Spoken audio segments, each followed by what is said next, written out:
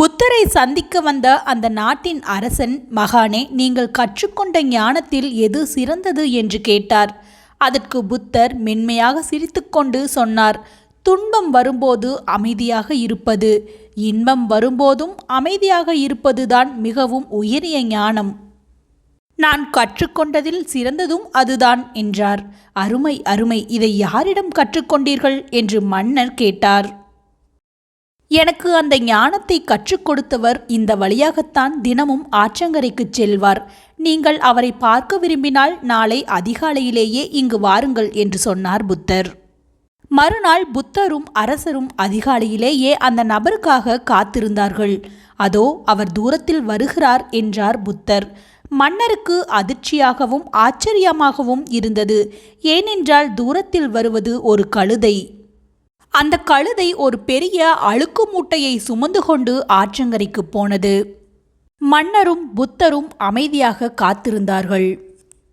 கழுதையின் முதலாளி துணிகளை துவைத்து சுத்தப்படுத்தி மீண்டும் அதை கழுதையின் மீது ஏற்றி இருவரும் வீட்டுக்கு புறப்பட்டு போனார்கள்.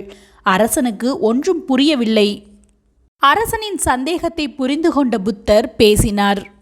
அரசே, காலையில் ஊரில் உள்ள பலரின் அழுக்கு துணிகளை சுமந்தபோது கழுதையிடம் எந்த கவலையும் இல்லை. அதேபோல் துவைத்து சுத்தப்படுத்திய துணியுடன் வீட்டுக்கு போகும்போது கூட மகிழ்ச்சியும் ஆரவாரமும் இல்லை.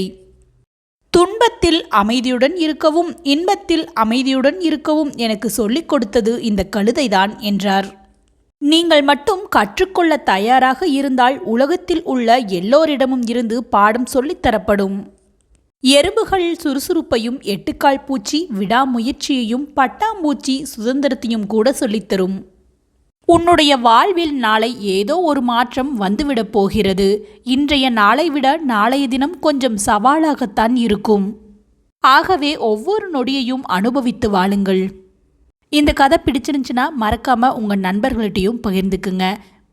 நீங்க கொடுக்க போற அந்த ஒரே ஒரு லைக் என்னை மிகவும் உற்சாகப்படுத்தும். நாளை ஒரு அருமையான கதையோட உங்களை சந்திக்கிறேன். நான் உங்கள் அன்பு தோழி ரதி.